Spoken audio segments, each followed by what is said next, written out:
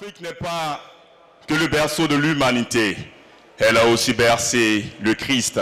L'Afrique n'est pas que le continent de l'oralité, elle a aussi fait naître l'écriture. L'Afrique n'est pas que guerre et misère, elle a aussi terre de richesse et de bonheur. Mais l'humanité a la mémoire courte et le rôle du griot est de la prolonger. C'est pourquoi sur ce texte, je ne ferai pas du slam poésie. C'est ce qui est et a été que je veux rappeler à votre souvenir. Le premier explorateur s'appelle Aboubakari II, arrivé 200 ans en Amérique avant Christophe et sa suite. Ceux qui ont montré les mathématiques à Pythagore et Thalès sont un petit-fils de ceux qui ont construit la pyramide de Khéops. La richesse de Elon Musk ne vaut pas le tiers de celle de Kankou Moussa. La première charte des droits de l'homme a été éditée à Korokan Fouka. L'écrivain le plus prolifique s'appelle Sering Touba. Il a écrit plus de 7 tonnes. Ben, tu peux vérifier tout ça. Tu verras que l'Afrique n'est pas que le berceau de l'humanité. Elle a aussi bercé des merveilles.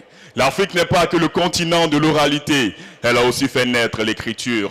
L'Afrique n'est pas que guerre et misère, elle a aussi terre de richesse et de bonheur. Mais l'humanité a la mémoire courte et le rôle du griot est de la prolonger.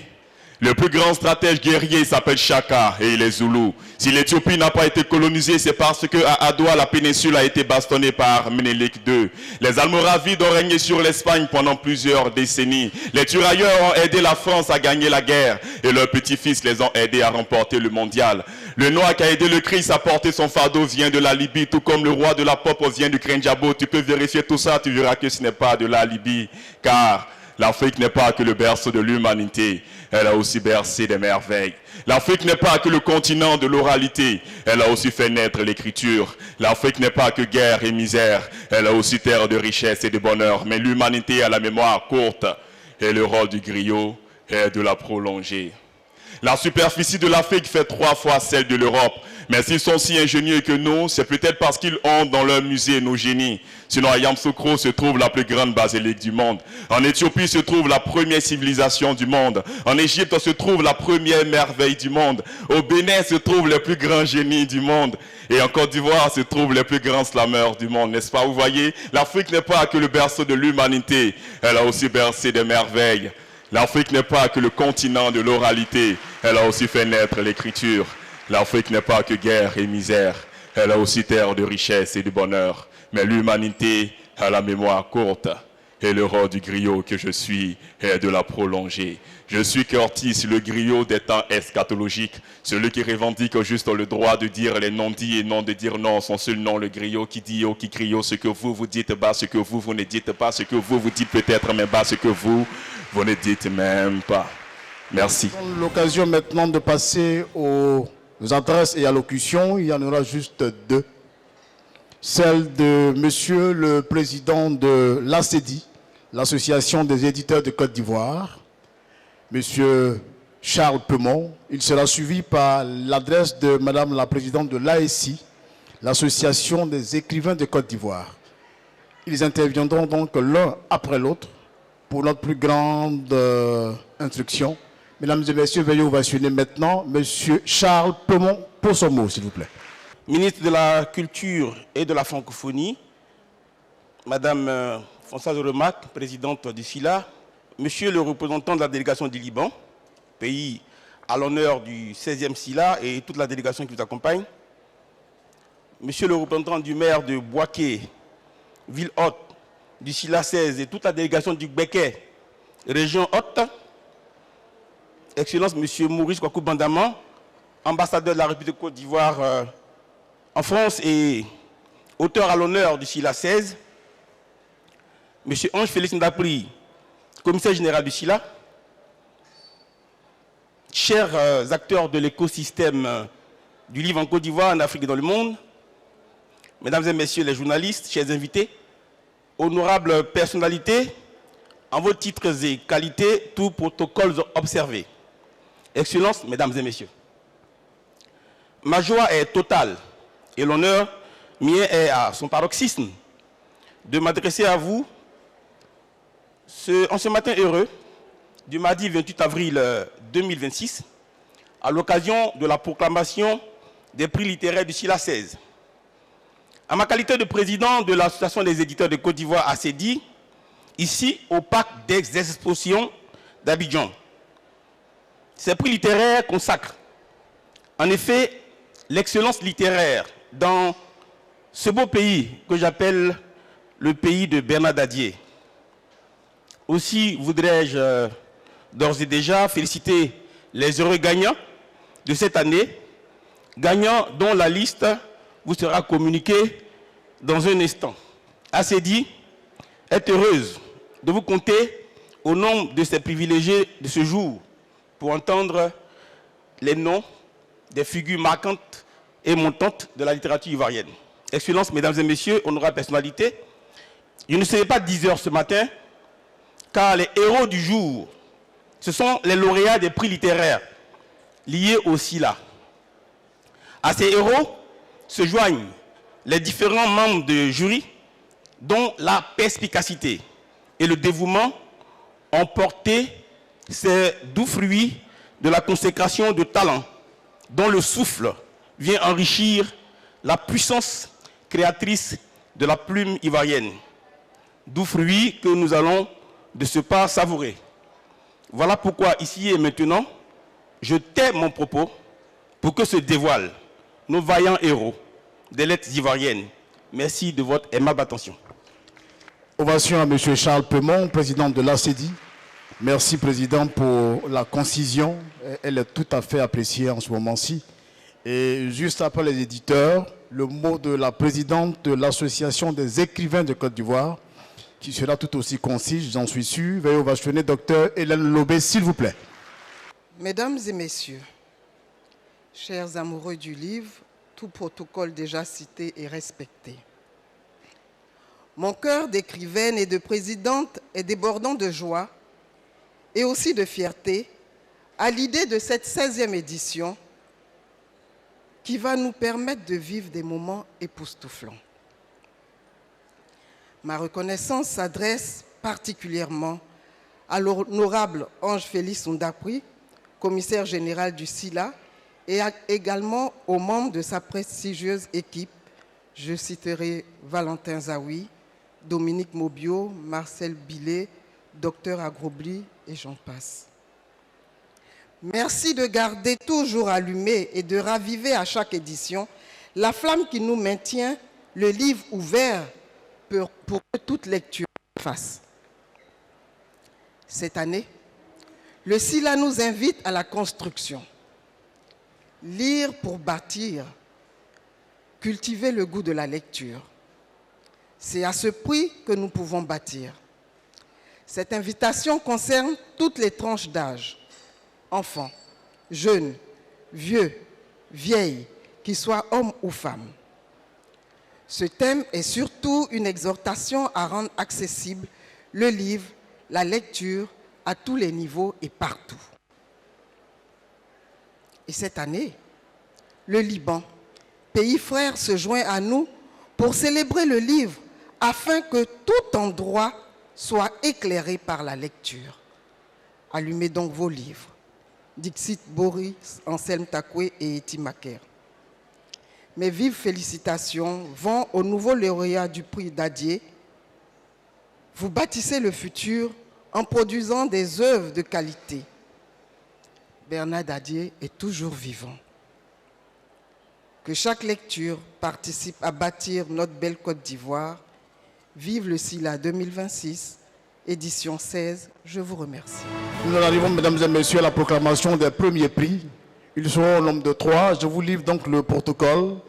Pour chaque prix, nous allons appeler à ce lutrin le président ou la présidente du jury qui va donc appeler les différents candidats et proclamer donc le prix immédiatement, juste après. C'est ça, immédiatement.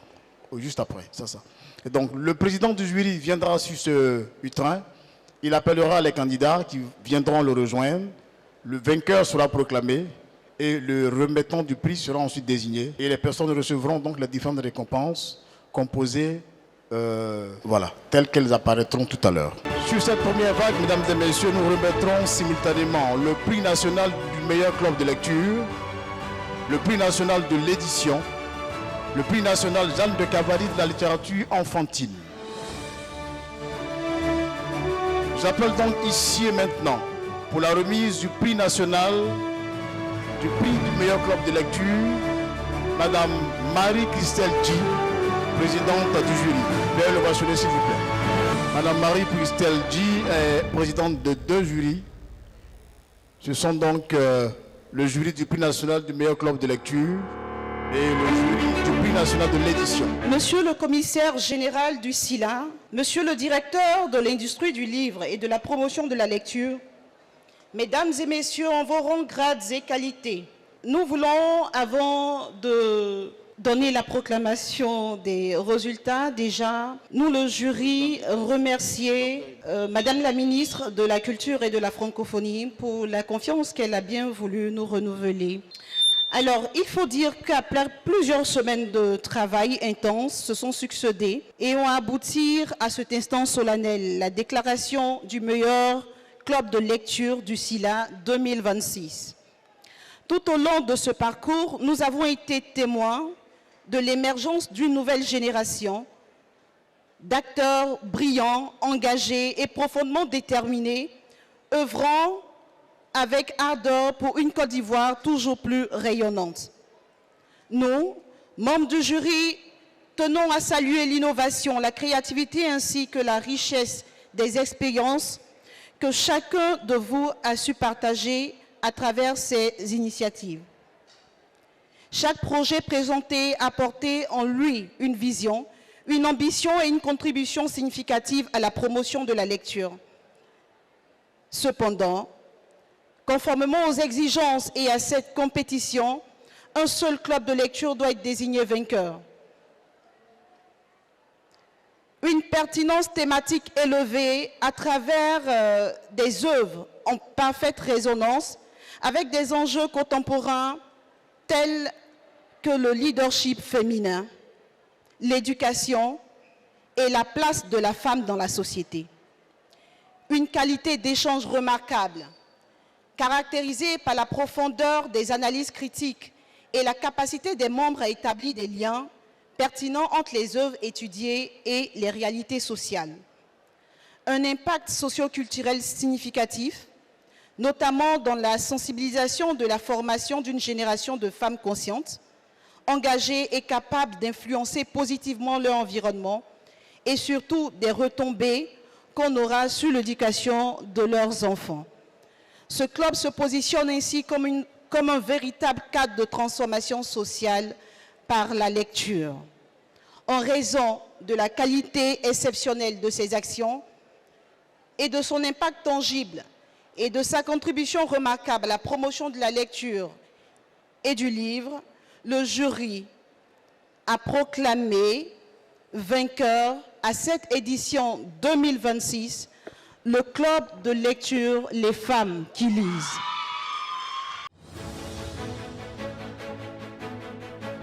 Bonjour messieurs, dames. Avec ce prix qui cible l'enfance et la jeunesse, nous sommes aux fondations du lectorat. Apprécier la lecture en étant enfant a de fortes probabilités de donner un adulte lecteur. Mais être un lecteur enfant ne veut pas dire moins d'exigence, au contraire. Les enfants méritent une littérature de qualité, accessible par le texte et les illustrations. Et c'est ce que nous souhaitons saluer en attribuant ce prix. Sur un ensemble de 16 œuvres mises en compétition pour le prix Jeanne de Cavalli, il est à noter que le tri a été rendu difficile du fait de la qualité et de la diversité des ouvrages. Par rapport à l'an dernier, des améliorations notables ont été relevées, aussi bien au niveau du contenu proposé que de la qualité de l'impression.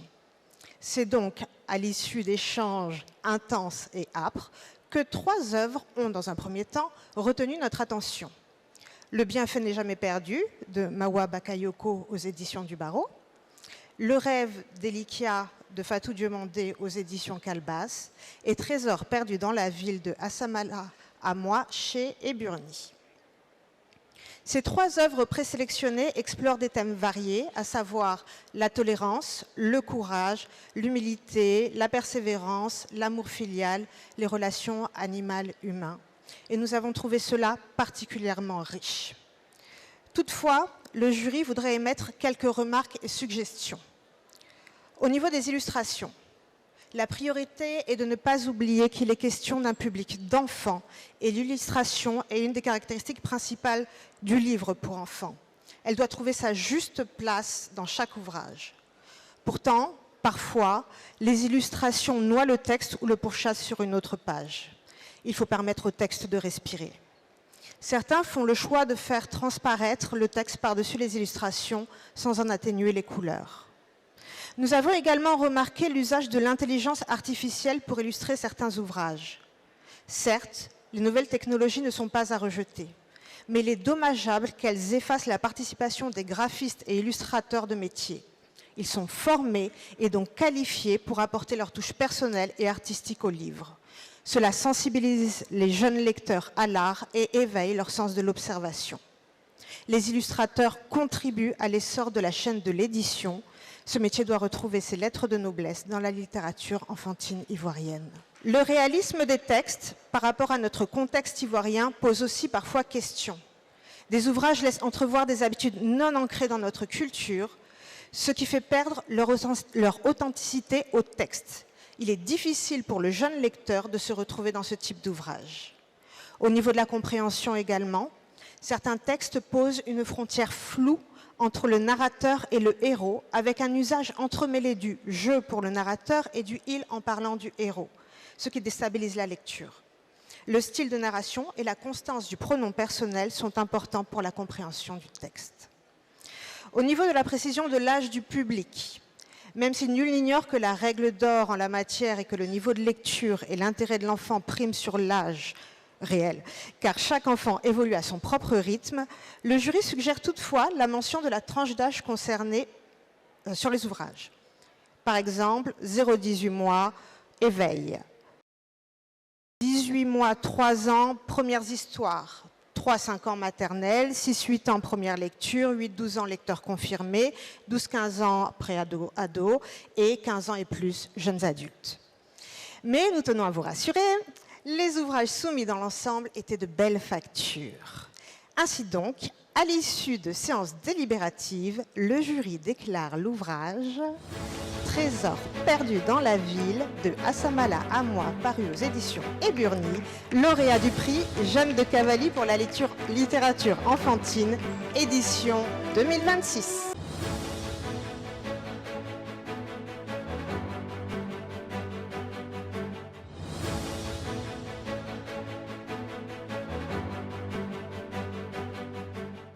Dans le bain du SILA 2026.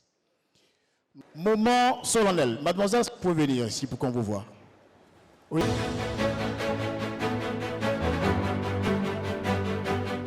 Président de l'école doctorale, entendez Société, Communication, Arts, Lettres et Langues depuis 2020.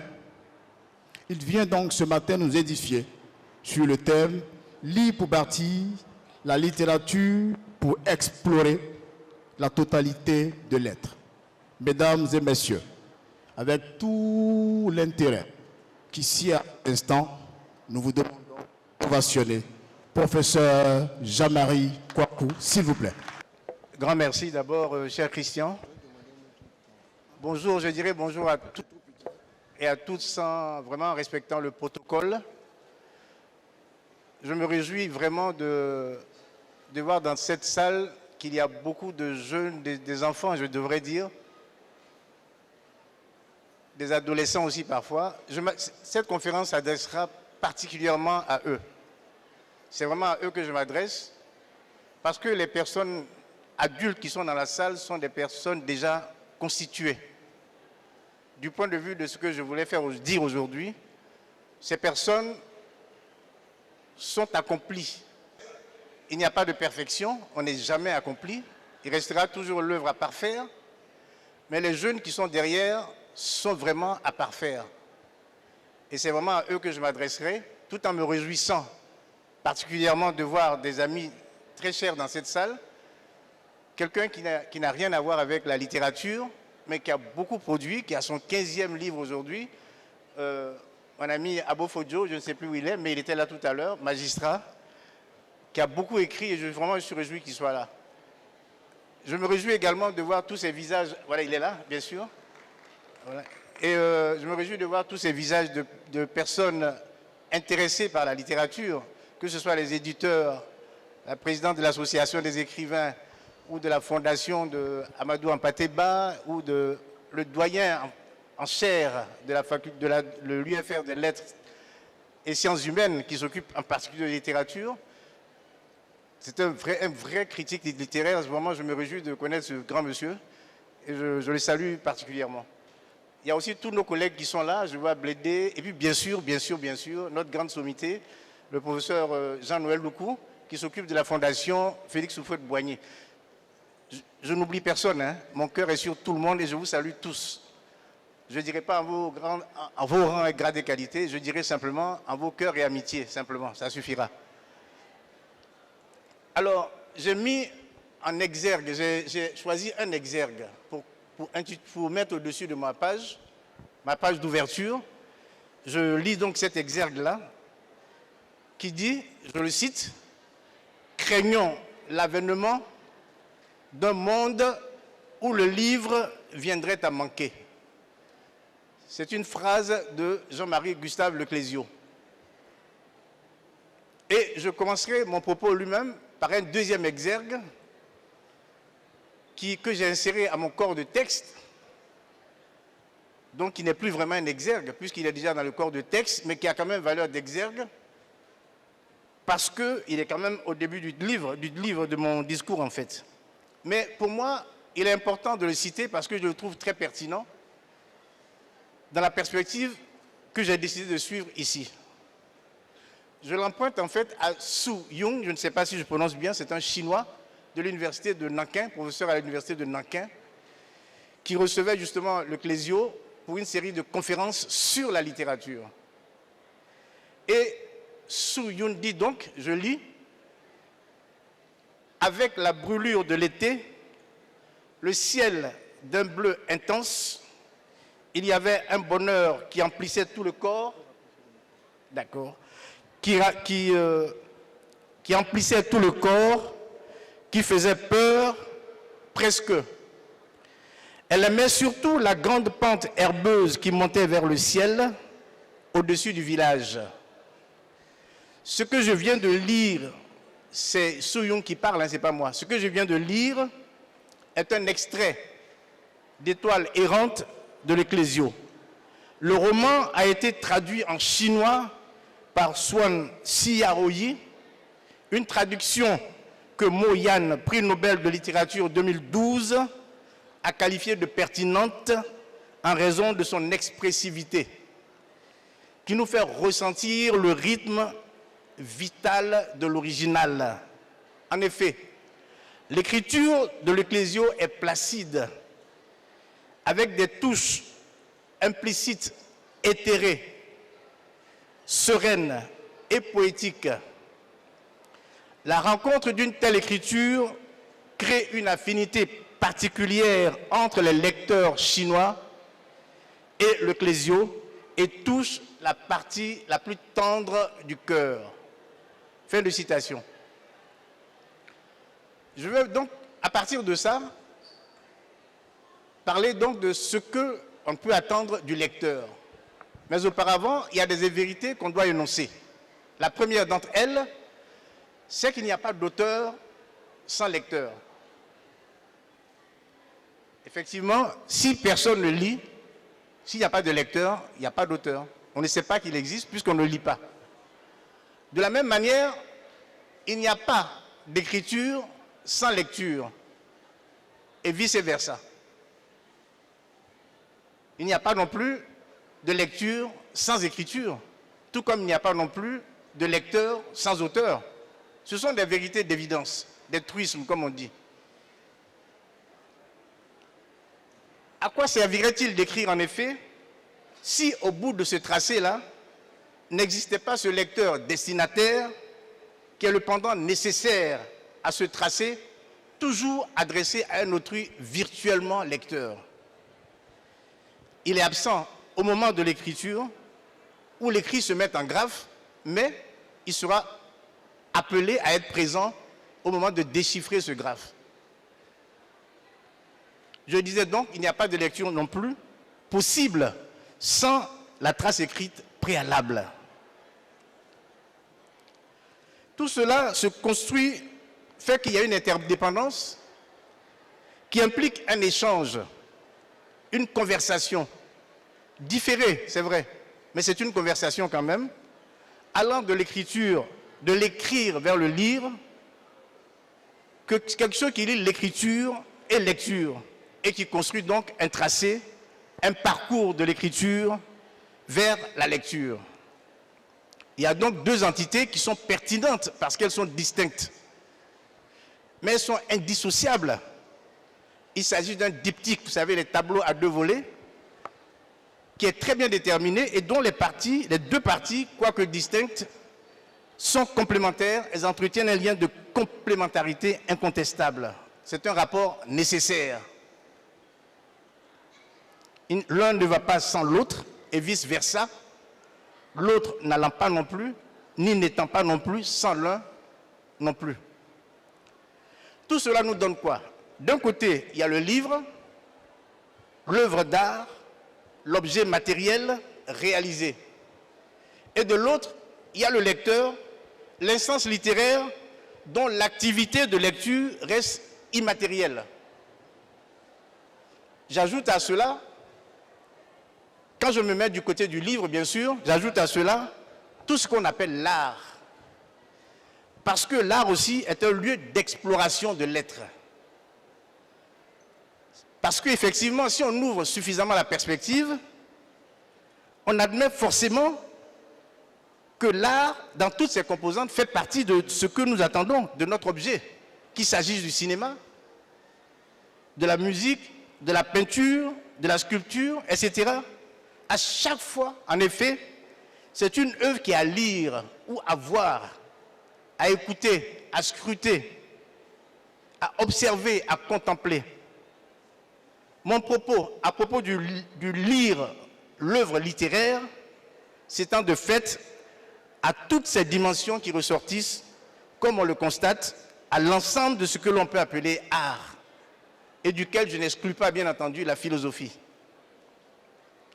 Mais je m'en tiens pour le moment, même s'il faut que je précise, quand je dis lecture, je ne parle pas de la lecture en tant que déchiffrage, en tant que décodage, en tant que critique. Je parle de la lecture en tant qu'activité de divertissement. Parce que la lecture en tant que critique, en tant que déchiffrage, en tant qu'herméneutique, se place du côté de la science. Je ne me mets pas à ce niveau-là. Je ne veux même pas entrer dans ce niveau. Je veux rester dans le sens de la lecture en tant qu'activité de divertissement. Donc, je dirais qu'entre le livre, entre ce livre-là et son lecteur, et ce lecteur-là, il n'y a aucun lien d'obligation à la base qui serait de l'ordre de la contrainte. Le lecteur n'est pas en effet obligé de lire. Rien ne l'obligeant, on peut simplement et seulement l'inviter à lire. Ce serait de gré, de bon gré. Ou alors, ce qui est généralement le cas, c'est le lecteur lui-même qui s'invite à lire le livre, de son propre gré aussi, bien sûr. Et s'il est tenu uniquement par sa libre volonté, c'est-à-dire selon son envie et son bon vouloir, le lecteur virtuel, parce qu'il n'a pas encore lu, il est virtuel, il est potentiellement en activité de lecture, ce lecteur virtuel décide de passer à l'acte de lecture. Et dès lors, il devient lecteur. Il devient un lecteur actuel, actualisé, un lecteur manifeste, comme on entend dans les modalités sémiotiques. N'oublions pas que parfois, ce lecteur possède déjà ce livre dans sa bibliothèque. Le livre est à portée de lui. Mais des fois, il ne lit pas. Mais à un moment, il peut choisir de vouloir le lire. Et s'il se décide à le lire, il se met dans les dispositions pour passer à l'acte. Sinon, il fera autre chose. Parfois, il doit acheter le livre. Donc, d'autres fois, le livre n'est pas là, il doit l'acheter. Ou bien se le faire prêter. Parce qu'il ne l'a pas en sa possession, il devra donc l'acheter ou se le faire prêter. Et dans ces cas-là, ses motivations sont diverses. Dans certains cas, c'est parce que la dite œuvre lui plaît, il en a entendu parler en bien. D'autres fois, c'est peut-être à l'effet d'un choc visuel. Il a regardé dans une bibliothèque, dans une librairie, il a vu le livre avec ses yeux et il a été aguiché par son titre. Ce titre peut peut-être renvoyer dans son imaginaire à lui, peut rencontrer son propre désir. Et c'est cette rencontre de désir qui fait qu'il achète le livre et qu'il décidera de le lire. D'autres fois, c'est l'atmosphère elle-même. Il est dans une librairie, il y a une atmosphère. Une atmosphère qui s'en dégage. Par la couleur des livres. Des fois aussi par l'odeur. Vous savez, les librairies ont une odeur. Les livres ont une odeur. On entre dans une librairie et on voit certains lecteurs qui fouinent comme des chiens. Ils reniflent. Ils chantent comme le chien cherche le bon morceau à manger. Il sent le livre qu'il va acheter. Il renifle les livres et cette odeur l'attire. Il achète donc le livre. Et il va le lire. Donc il y a une forme d'appétit qui l'aguiche. Des fois, c'est simplement un attrait sensible de l'ordre du visuel que la page de couverture lui déclenche en lui.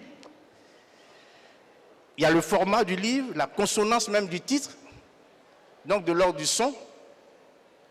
Tout cela appelle au travail son appareil cognitif qui se met en marche et lui dit « achète ce livre, va le lire ». Donc, je dirais qu'entre le livre et son lecteur, il y a une communauté d'intérêts qu'on peut supposer de fait. L'une, l'écriture, servant à l'autre, la lecture, le lecteur ou la lecture, puisqu'elle permet à ce dernier, par son offre de contenus divers et variés, de recevoir quelque chose qui satisfait ce dernier. Quelque chose de quelque ordre que ce soit, pour enrichir sa culture, pour y rencontrer une altérité qu'il ne connaît pas, qui veut découvrir, qui cherche à découvrir. Le Clésio disait que les livres sont nos biens les plus précieux. Il ne s'agira pas ici du métal précieux qu'est l'or, mais c'est du livre qui est cet objet le plus précieux. Les livres ne sont pas seulement des témoignages du passé, ils sont aussi des vaisseaux d'exploration qui nous permettent de mieux comprendre le monde qui nous entoure. En tout cas, c'est une façon de concevoir les apports du livre.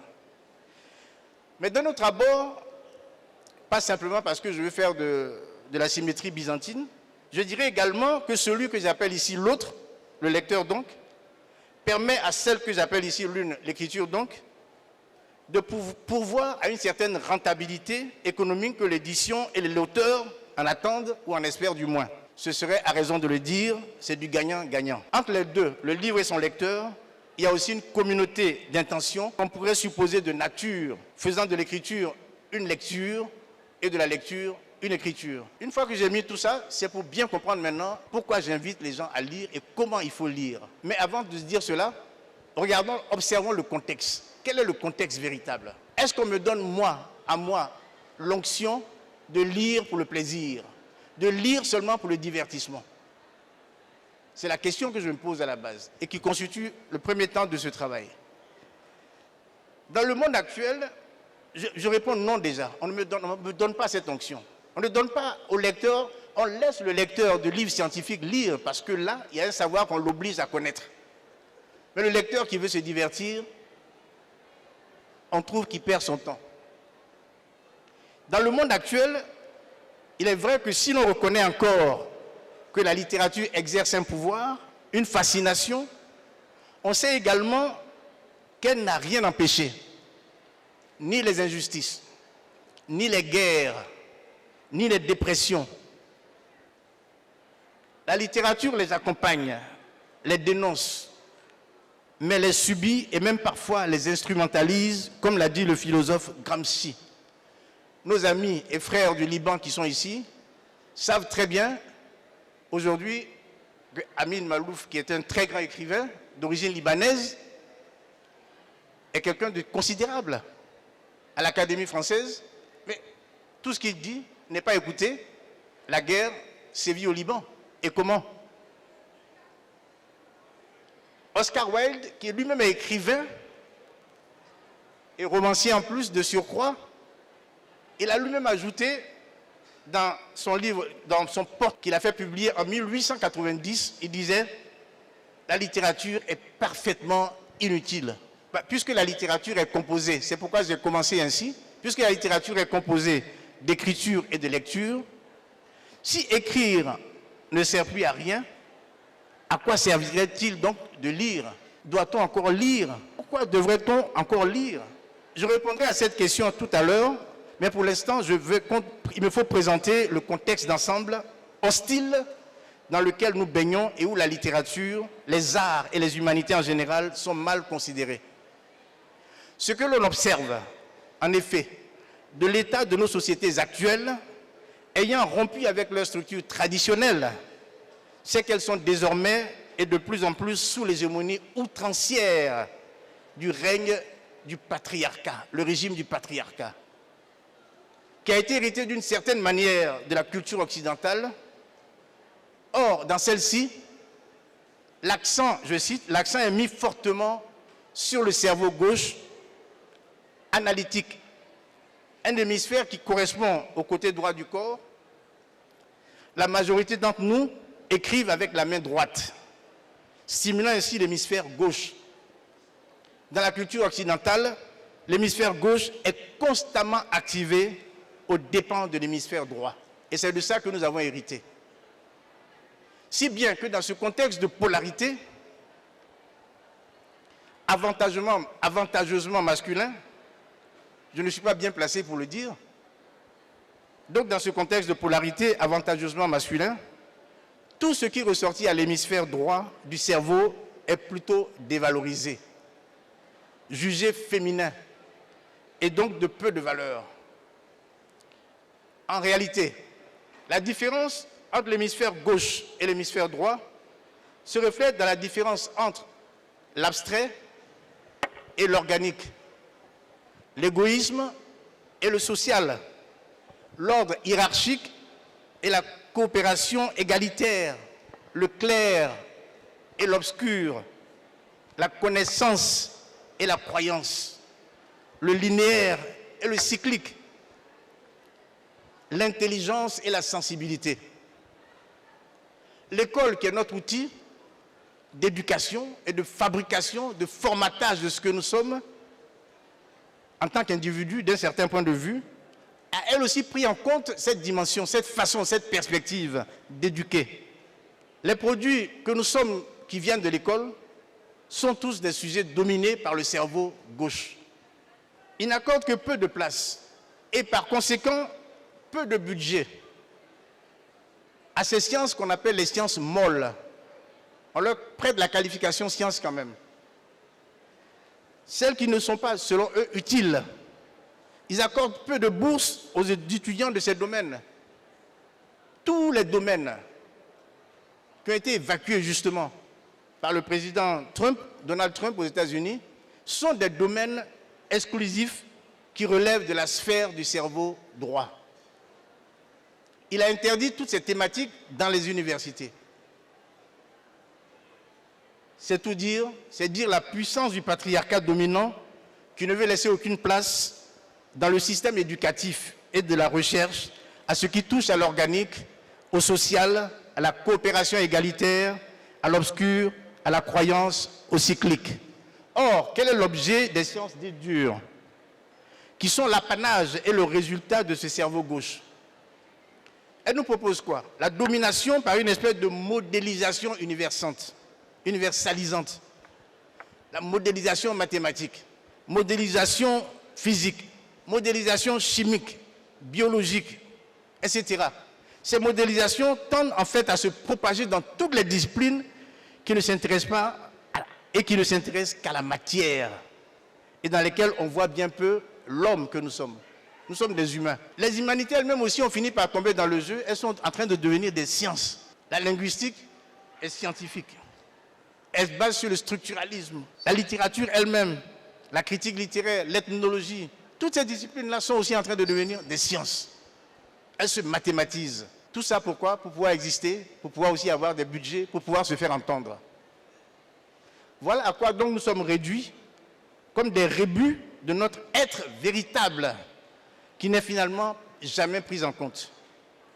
À la place de notre être essentiel, nous qui sommes des homo sapiens, On nous propose désormais, bientôt, une nouvelle offre de substitution qu'on appelle l'homo deus, l'homme-dieu, qui viendra de l'intelligence artificielle. On ira donc vers le robot. Alors, on nous dira que la littérature, la philosophie, la sociologie, etc., c'est pour les femmes. On nous dira ça. Les sciences dites dures occupent donc le devant de la scène. Elles sont réservées aux masculins, aux hommes. Ce sont les sciences dures. On n'a jamais vu pourtant quelqu'un résoudre une équation mathématique en bandant les muscles. Mais on nous dit quand même que ce sont les sciences dures. Et quand le Clésio était allé pour ses conférences sur la littérature à Nankin, sur la littérature, il n'a trouvé dans la salle que des étudiants en astrophysique. Parce qu'on n'enseigne plus la littérature dans cette université. Pratiquement pas. En un tel contexte, si moi je décide de lire une œuvre littéraire pour mon plaisir, de voir un film au cinéma ou à la télévision pour mon plaisir, de participer à une exposition de peinture, de visiter un musée d'art, j'apparaîtrai incontestablement comme une personne de divertissement qui n'est pas pragmatique, qui n'est pas dans le pragma, qui n'est pas dans la société. Mais si je décide quand même d'assumer mon être dans sa totalité, j'active ainsi mon côté droit du cerveau. Je constate rapidement, en effet, que ma lutte, malheureusement, ma lutte est inégale.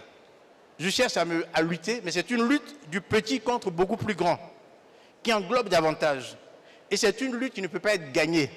C'est une lutte insensée, une lutte entre deux parties de notre humanité. Dans ce contexte polarisé, que faire? Puisqu'on ne me donne pas l'onction de lire, je dois me décider moi-même à lire, à me donner cette onction. J'exprime ainsi ma liberté, mon individualité, mon moi, ma personnalité. C'est l'objet du volet qui va achever mon propos. Car quelles sont les grandes questions pour chacun d'entre nous? Les questions essentielles. La question essentielle, c'est qui suis-je? Qu'est-ce que je fais dans ce monde?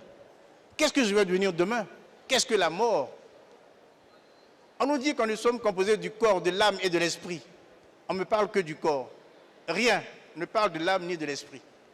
Pourtant, ce sont des préoccupations pour moi. Alors, le maître mot est donc de ne pas se résigner, de s'engager pour le combat en faveur de soi-même, de lire pour soi-même, pour se découvrir et entreprendre de comprendre la totalité de mon être, côté gauche, côté droit. Mon intention est ici de démontrer combien l'acte de lecture ou de regarder, comme au cinéma, d'écouter un morceau de musique, de regarder un tableau de peinture, de toucher un tableau, etc. Tout ça, c'est un acte de résistance. Les écrivains engagés disent résister aux problèmes de la société, en face de ces problèmes. Ils cherchent à les résoudre.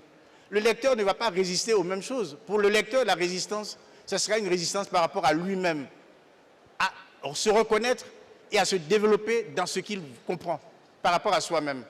Et si vous avez bien entendu les mots que j'ai utilisés, vous avez vu que ce sont tous ces verbes de perception dont j'ai parlé, ce sont des verbes de perception volontaires. J'ai dit regarder, je n'ai pas dit voir. J'ai dit écouter, je n'ai pas dit entendre. Il y a ici une intention, il y a une agentivité forte. Je cherche à faire. Et même quand je touche, c'est au sens de tâter. Et non pas d'être touché. Donc j'agis, je suis en position d'explorateur. À partir de là, je vais commencer ma lecture. Et je vous demande de prêter attention au procès en lui-même. Il est très opératif, ce n'est pas de la spéculation, c'est opératif. Je vais commencer à lire. Je me décide de lire. Ça commence par quoi? D'abord par le choix de par mon choix de livre.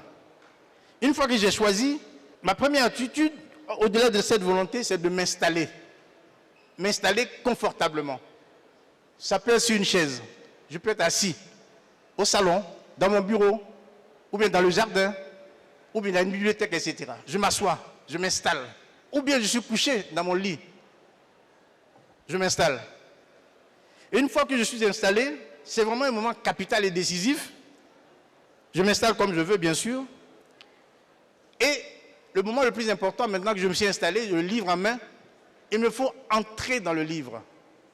C'est le moment clé. Je dois entrer dans le livre. Entrer au sens le plus physique du terme. Et d'ailleurs, je reviens à Nicolas Abraham et son épouse Maria, qui écrivait dans L'écorce et le noyau, que la coutume veut considérer un livre comme une maison, lieu d'habitation d'idées, d'histoire d'idées. Elle sous-entend un lecteur invité, qui demande à être encouragé par l'invitant à franchir le seuil pour pouvoir évoluer sans gêne dans un espace nouveau et qui peut lui devenir familier. Donc, je tape à la porte du livre, on m'ouvre la porte et j'entre dans le livre. Et le fait d'entrer dans ce livre, ça veut dire qu'en même temps, si j'entre dans le livre, je sors de mon monde à moi. C'est simultané. Pendant que j'entre, je sors. Je sors de quel monde? Je sors de ce monde hostile qui, lui, ne consistait que dans le côté gauche du cerveau, qui m'avait dit, qui me parlait d'autre chose que de moi-même. Donc j'entre dans le livre et je sors de ce monde. Un instant, c'est momentané, je rentre dedans, c'est pour une durée. Je vais rentrer dans cette maison du livre et je suis à l'intérieur. Ce monde nouveau est une altérité géographique immatérielle, c'est vrai. C'est un monde composé de mots, derrière lesquels se dévoilent des êtres, des lieux, des processus, des objets, tout ce qu'on veut. Ce sont des objets autres que ceux de la réalité physique sensible et dont la présence immatérielle semble projeter une réalité hallucinatoire. On verse dans l'hallucination, le fantasme, dans la fiction, autre chose que le monde sensible. Ce monde-là correspond à la profondeur que nous offre et les possibilités de profondeur que nous offre l'hémisphère droit de notre cerveau. Là, j'entends des voix. Et moi-même, je suis une voix. Parce que lire, c'est parler. Certes, personne ne m'entend, mais je parle. Je suis la voix. Et cette voix que je prononce là, ce que je suis en fait, est une forme de jouissance. Parce que parler, c'est oral. On l'entend, c'est un sens. Jouissance, avec jouissance, jouit, J', le verbe ouïr, par les sens. Jouissance. Donc j'entends par le sens là, je suis une voix, moi-même, je suis jouissance.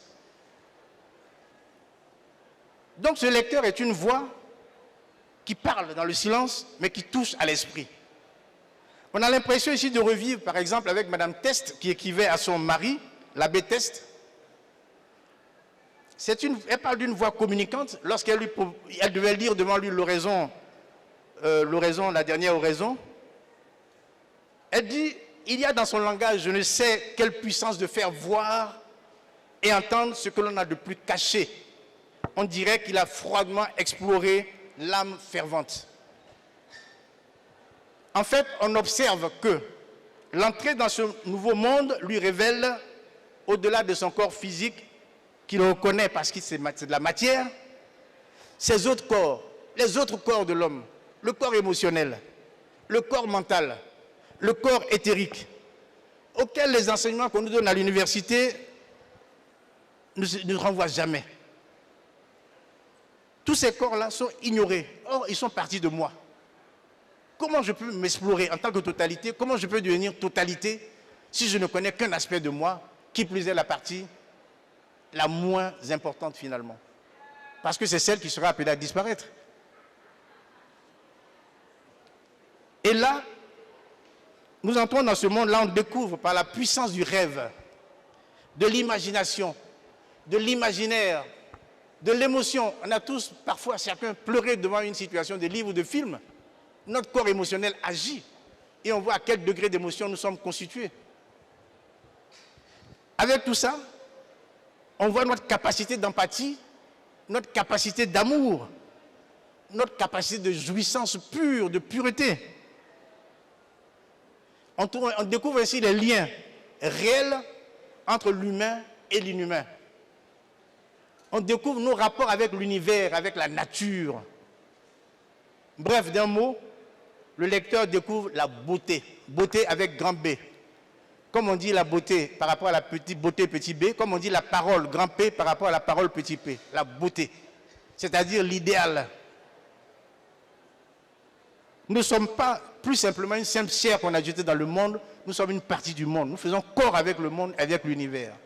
C'est dans le livre qu'on découvre ça, par notre émotion, par notre imagination, par imaginaire, parce que la fiction nous permet de vivre, parce que le livre est d'abord poésie, il n'y a pas de littérature sans poésie. Or, la poésie dégage cette beauté avec B majuscule. Je ne parle pas d'esthétique, mais je parle d'idéal. Et tout ça, c'est pourquoi c'est possible. C'est parce qu'on se trouve désormais, dès lors qu'on est là, on se trouve dans une espèce de pause. On ne lit pas sans pause. Quand on lit, c'est qu'on est sorti du monde et on a marqué une pause. On est dans une pause extatique qui nous permet de contempler, de rêver, de s'arrêter, de méditer. Du fait que lire une œuvre littéraire correspond donc à notre pause, tout comme c'est le cas avec un beau morceau de musique, un beau film de cinéma, etc. En fait, tout cela peut être expliqué, et c'est la conjonction des cerveaux, par le cerveau gauche, même notre cerveau gauche qui nous explique comment ça fonctionne. Parce que là, nous sommes régis par ce qu'on appelle les ondes cérébrales. Il y a plusieurs ondes cérébrales. Mais lorsqu'on est en train de faire la lecture, on se trouve, je dépasse les ondes cérébrales dites alpha. Je parlerai plutôt des ondes cérébrales, oui, alpha quand même, pourquoi pas. Oui, alpha. Je vais commencer par les alphas.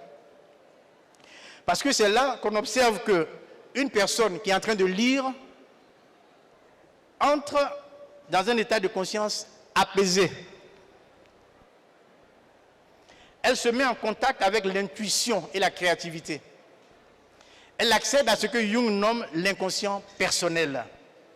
Elle produit des ondes cérébrales de 7 à 14 Hz. Les ondes cérébrales, merci. Mais il y a aussi les ondes cérébrales θ, qui correspondent à une phase de conscience dans laquelle on produit des ondes cérébrales de 4 à 7 Hz. Nous pénétrons alors dans la bande que Jung nomme l'inconscient collectif. C'est l'état qu'une personne atteint pendant une profonde méditation, dans lequel elle accède à la réalité non physique et entre en contact avec son savoir intérieur.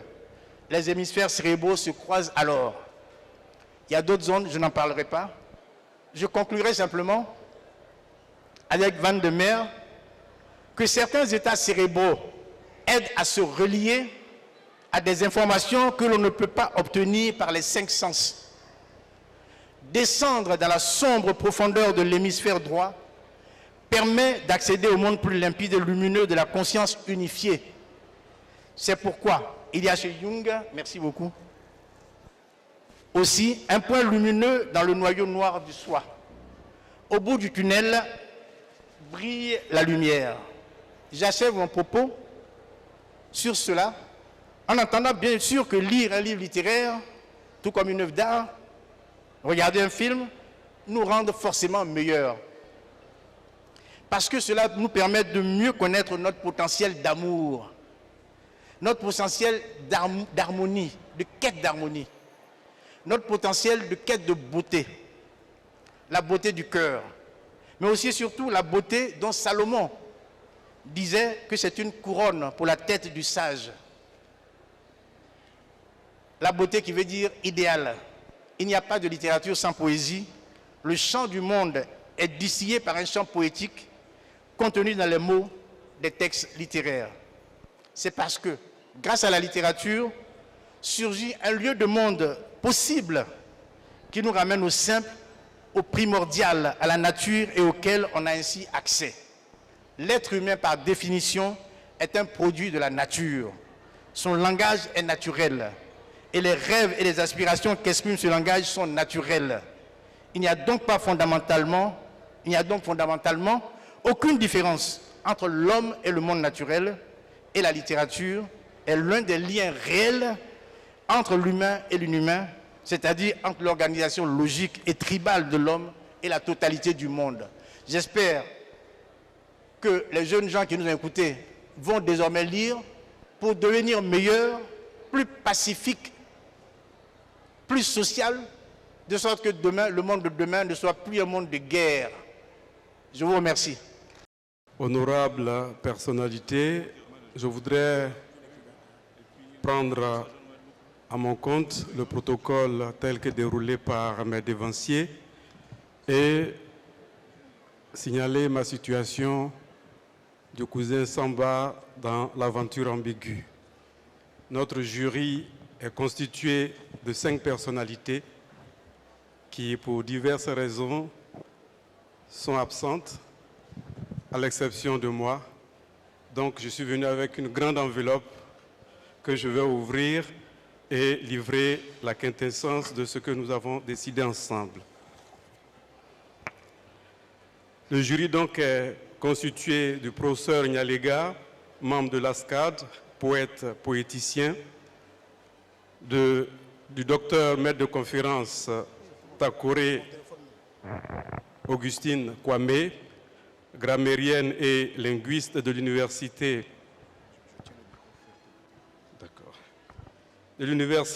Alassane Ouattara, de M. Kofi Kofi, acteur culturel bien connu, qui est empêché parce qu'il est en train d'animer une émission dans le cadre du SILA actuellement, et de M. Fallé Nessemon, écrivain, prix Dadier, jeune écrivain de 2025, prix Voix d'Afrique 2024. Pour l'ensemble donc du prix jeune écrivain et pour le prix spécial, le jury a reçu 42 textes. 42 textes qui se répartissent de la façon suivante: 17 textes pour le premier prix et 25 pour le suivant. Alors, nous avons reçu des textes qui vont du biographique à des textes poétiques, à des recueils de nouvelles, et le genre majeur, faut-il le dire, est le roman. Nous avons observé avec plaisir une percée importante d'écrivaines et une panoplie de thématiques qui nous permettent d'espérer en des lendemains meilleurs pour notre littérature. Le jury adresse ses félicitations à l'ensemble des personnalités qui ont soumis leurs textes et les encourage à persévérer. Comme je l'ai dit, je suis dans la situation de l'aventure ambiguë. J'aurais dû commencer par des remerciements à l'endroit de Madame le ministre et de Monsieur le directeur du livre. Merci d'avoir fait confiance à cette équipe. Pour le prix Bernard Dadier du jeune écrivain, le jury, à l'unanimité, a porté son choix sur un texte puissant et exigeant, aux allures kafkaïennes. Un texte qui se bâtit autour de la folie et du tourbillon d'un espace clos où certaines thématiques de la littérature contemporaine émergent et sont convoquées. Entre autres, le retour du colonial, les conséquences traumatiques de la guerre, mais également le malaise de nos sociétés face aux grandes firmes qui polluent nos espaces. Le jury a particulièrement apprécié ce texte pour la maîtrise de l'écriture avec une narration bien menée et un souffle poétique affirmé. Donc, unanimement, le premier prix ou le prix Dadier 2026 du jeune écrivain est allé au texte Les mots de Kong de M. Sobouré Dali, les éditions Continent. Avec nos félicitations. Les mots de Kong. Des libérations nous ont fait tomber sur des fins auxquelles on ne s'attendait pas du tout, avec des titres comme Imbroglio. Et dans le profilage qui a été fait de 8 textes à 4 textes, 2 textes se sont imposés au final. Et l'une a nécessitait que nous fassions une mention spéciale. La mention spéciale a été accordée à un texte, à un roman de paroles à deux voix, une écriture du divin qui mêle une tension dramatique excellente pour progressivement nous proposer une écriture du dévoilement qui force l'évocation. Ce texte, nous le recommandons, il donne envie de lire et de comprendre. C'est un texte de l'amour presque impossible. Alors pour le Grand Prix Bernard Dadier 2025, le choix du jury a été un choix unanime. Nous avons eu le coup de cœur pour une œuvre qui repose sur une source documentaire historique féconde, sans que le texte ne soit pour autant une œuvre historique. La trame transatlantique de ce texte permet d'embrasser des problèmes très contemporains, à l'image de la situation des Noirs américains aux États-Unis et au Brésil. Mais aussi, ce beau texte nous permet de nous plonger dans les mythes, dans les légendes et dans la vie des hommes qui unissent si heureusement les Amériques et l'Afrique, et singulièrement la Côte d'Ivoire, depuis l'époque de l'arrivée des Portugais sur nos côtes, depuis l'arrivée des Portugais sur nos côtes jusqu'à aujourd'hui. C'est un excellent texte qui offre un récit mémoriel avec un souffle vivant, un souffle suivant, un souffle épique proche de la verve de nos griots. À l'unanimité, le jury a décerné le Grand Prix Bernard Dadier 2026 à Sœurs esclaves de Maurice Bandama, Sœurs esclaves de Maurice Bandama, publié aux éditions Présence africaine et éditions Eburni.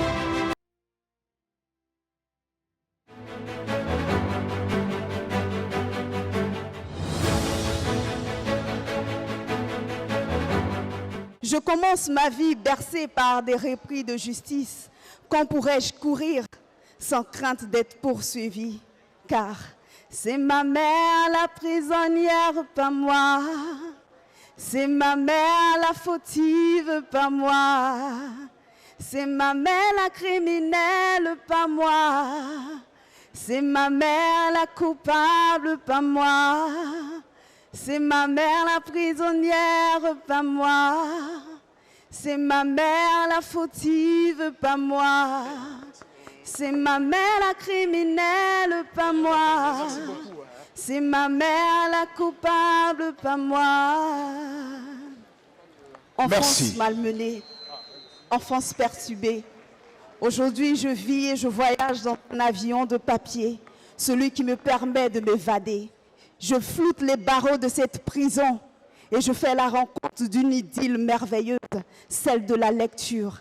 Et pour moi, c'est le meilleur voyage, celui que chacun de nous doit vivre avant la fin.